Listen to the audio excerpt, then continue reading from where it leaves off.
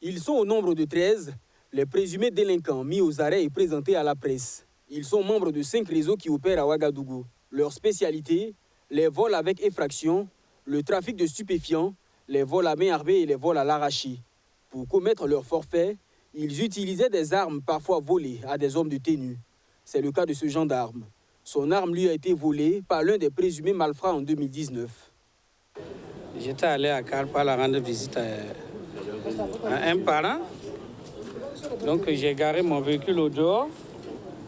À la sortie, donc, j'ai constaté que la lumière du plafond de mon véhicule était allumée. Je suis allé pour ouvrir, c'est là que j'ai constaté que en fait, le véhicule avait déjà été visité. Quand je suis rentré, j'ai constaté que ma boîte à gants était ouverte, mais l'arme ne s'y trouvait pas. Ça se trouvait donc dans un coffret donc, qui est dans le véhicule.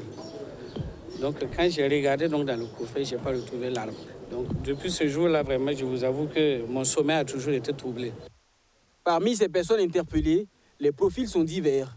Employés de commerce, orpailleurs et même militaires qui utilisaient cette Kalachnikov de service pour commettre des forfaits.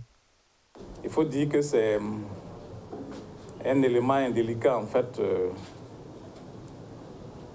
des forces de défense et de sécurité qui s'est servi en réalité de l'arme de service, ou du moins c'est sa dotation personnelle pour aller commettre en fait les forfaits. Voilà, et heureusement, on a pu l'interpeller. Donc on sait d'où provient en fait l'arme AK-47.